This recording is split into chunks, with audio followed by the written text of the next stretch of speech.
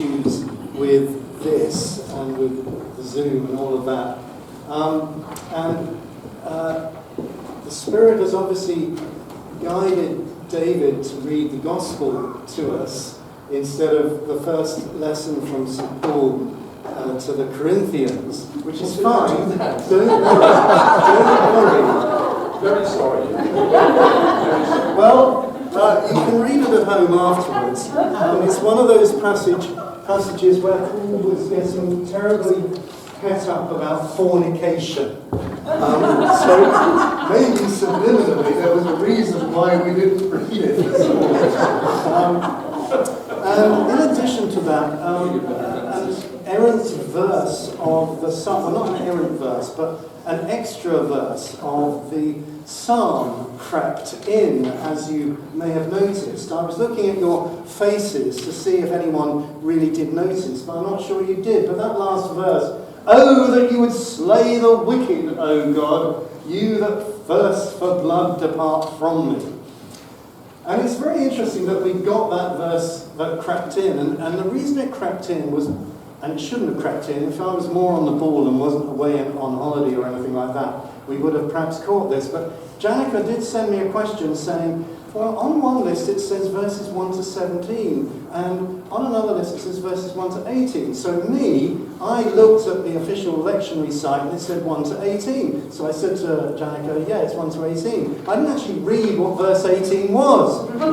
"Oh, that you would slay the wicked, O God, you that thirst for blood, depart from me," which has meant that before I even get to my prepared script for this morning, which maybe we won't even get there, I feel moved to say something about this, partly because it chimes in with what I actually want to say. So that's a kind of happy serendipitous coincidence, as it were.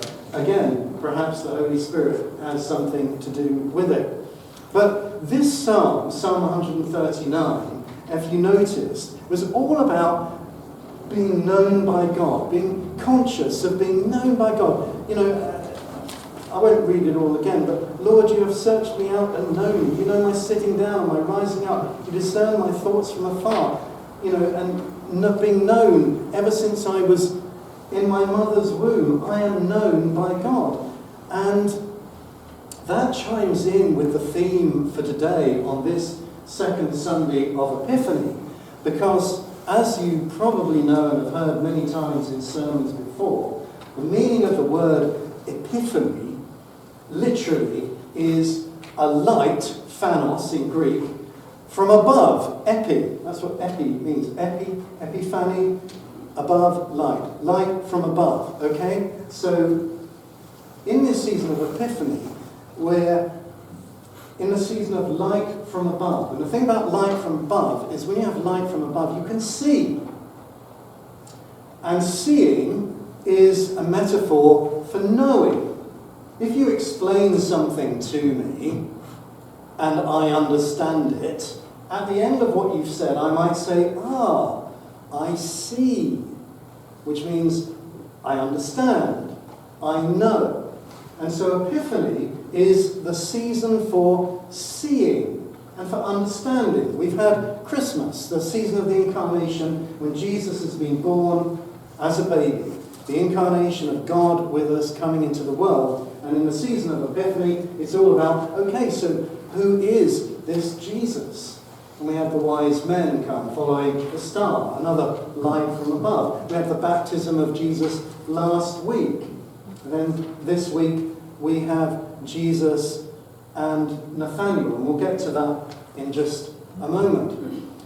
But the thing about a light being switched on above is not only that.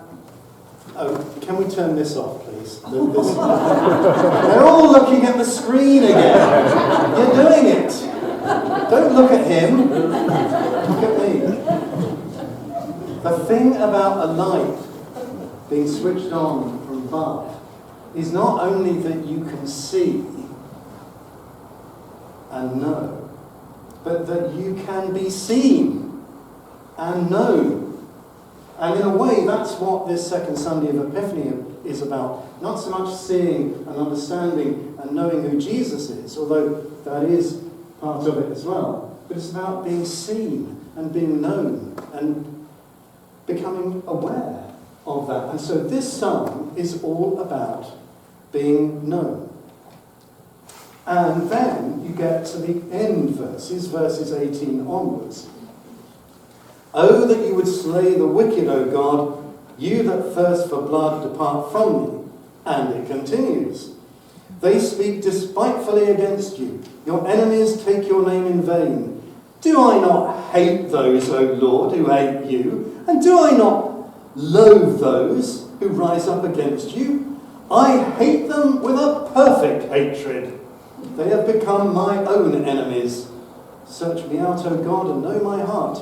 Try me and know my restless thoughts. Look well whether there be any wickedness in me, and lead me in the way that is everlasting. And the thing is about including those verses that we usually exclude in a liturgical context, because I guess in a liturgical context we're taking the words and we're kind of saying them as our own, which they're not anyway. But then we get to words like that, we think, well, I'm not sure I want to say that. Oh, that you would slay the wicked, O God. I hate them with a perfect hatred. We feel that maybe that's not terribly appropriate. And yet, who among us does not have thoughts like that sometimes? Really? Am I the only one that hates with a perfect hatred?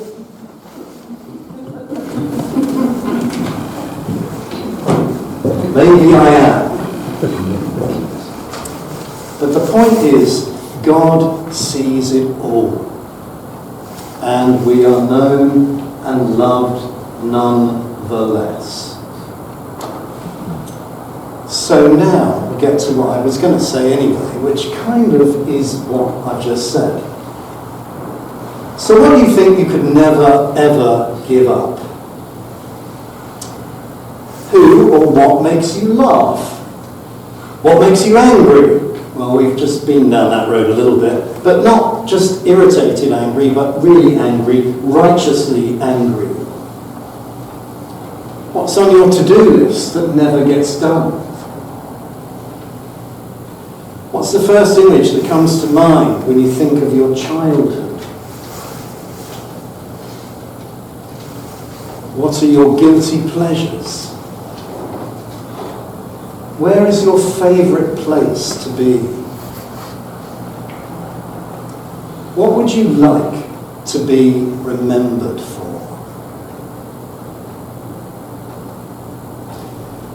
So Jesus sees Nathanael coming towards him and he says, here is truly an Israelite in whom there is no deceit. Literally, here is an Israel in whom there is no Jacob. You remember, Jacob was the second twin born to Rebekah and Isaac, the son of Abraham and Sarah. Born grasping the heel of his older brother Esau. Jacob literally means grasping the heel, but also to follow behind, and idiomatically to supplant, circumvent, assail, overreach, and has the connotation of being a deceiver, a manipulator, a con man. Such was the character of Jacob as portrayed in the book of Genesis. Jacob, the struggler, the manipulator. He struggled all his life with his brother, his father, his uncle, his wives, his handmaids, his children. But there came a time at the Jabbok River, the day before he was due to meet his long-lost brother whom he had wronged, supplanted, robbed of his birthright. Night fell. He sent his family and all his possessions across the river ahead of him. An angel of the Lord came. Or was it the Lord himself? It was difficult to tell in the darkness. An angel of the Lord came and wrestled with Jacob. Jacob, the struggler, struggled. The grasper grasped. The manipulator tried to manipulate. In the struggle, he injured his hip. Forever afterward, he walked with a limp. As first light dawned, the angel tried to break free. But Jacob would not let him go without a blessing. So the angel asked him his name. He said, Jacob. The angel said, you shall no longer be called Jacob, but Israel. For you have striven with God and with humans and have prevailed. Israel, one who struggles with God. Jacob, the deceiver, the manipulator, the struggler, becomes Israel, the one who struggles with God. Jesus sees Nathanael coming toward him, and he says of him, here is truly an Israel in whom there is no Jacob, a true struggler with God, in whom there was none of the duplicity and manipulation of Jacob. Jesus sees Nathanael, whom he had never met, never seen before, and he knows him. He knows him. Nathanael is taken aback. He'd only come because his friend Philip was saying crazy things about this Jesus of Nazareth, of all places, saying he was the one about whom Moses and the prophets wrote. But Nathanael knew they hadn't written anything about Nazareth. Not a word. He knows the scriptures. He studies the scriptures. Where did you get to know me? He asks. We hear Jesus answer, I saw you under the fig tree before Philip called you. That does it. Jesus knows him.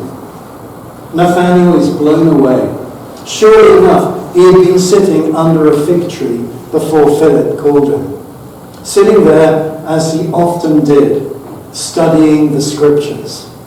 That's what sitting under the fig tree meant idiomatically. To study the Torah. Searching the deep truths about life and the world and God. Struggling to understand, to believe. Something in what Jesus said touched him, convinced him that Jesus really did know him.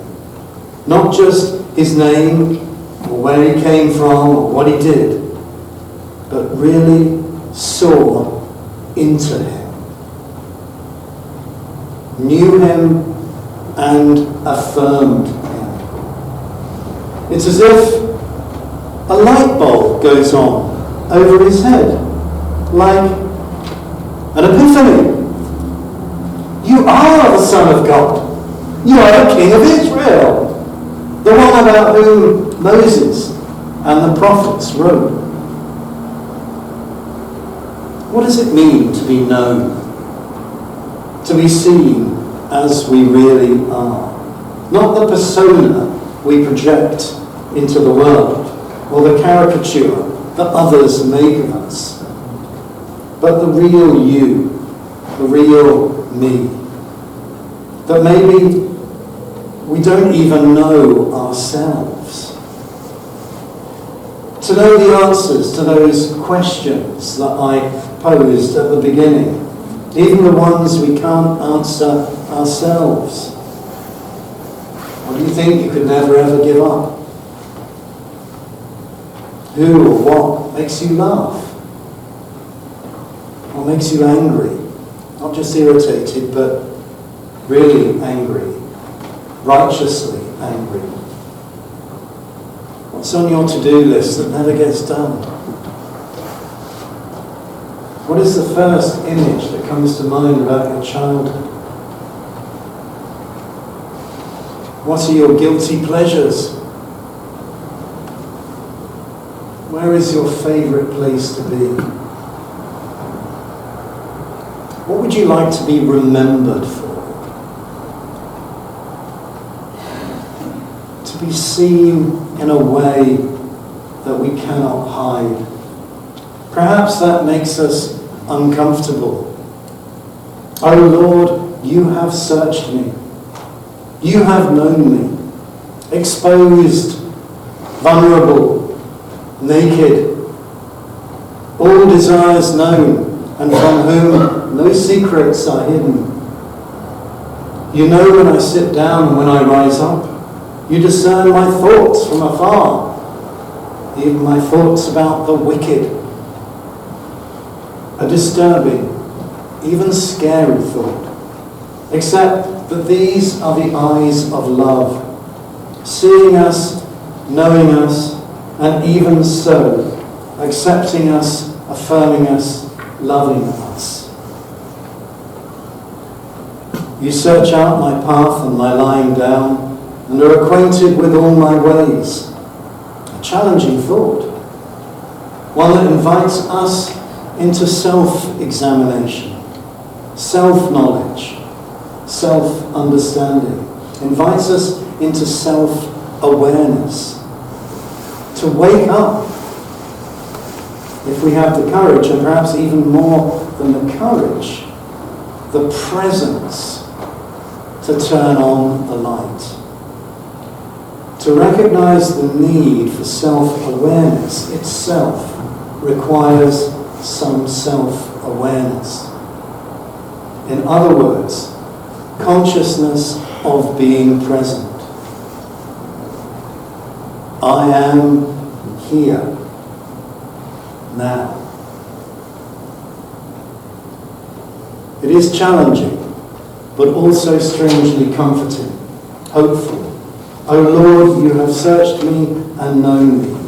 You are acquainted with all my ways.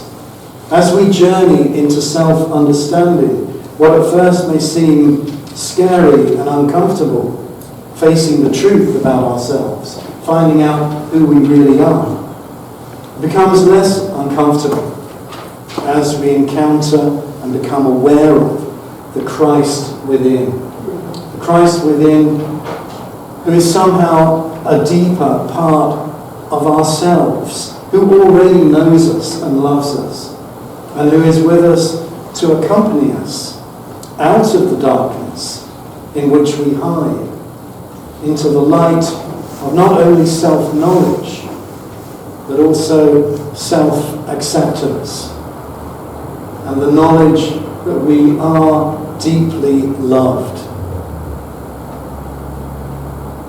A curious paradox. Nathanael goes to see Jesus thinking he already knows all about him, all he needed to know. Nothing good ever came out of Nazareth, and never will.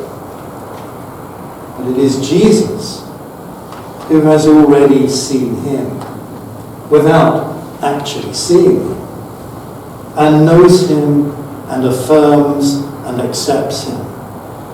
And he tells him, you haven't seen anything yet. The real Epiphany is still to come. You will see heaven opened, and the angels of God, the messengers of God, ascending and descending upon the Son of Man.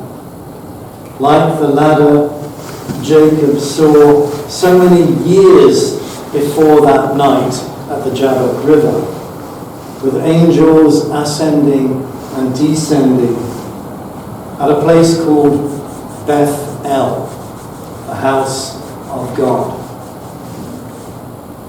Ascending and descending upon the Son of Man. The Son of Man, and who is the Son of Man? Jesus himself, the Son of Man, Son of God, the personification of both humanity and divinity, as that ladder between heaven and earth, bringing the life of God into our world and gathering the life of the world into God. Yes, but perhaps also Son of Man is meant in the more accepted and more literal idiom of the time that meant simply a human being or humanity as a whole, which actually offers us a deeper and more universal and even mystical interpretation of that ladder stretching from earth to heaven and from heaven to earth. As humanity itself, we are Jacob's ladder.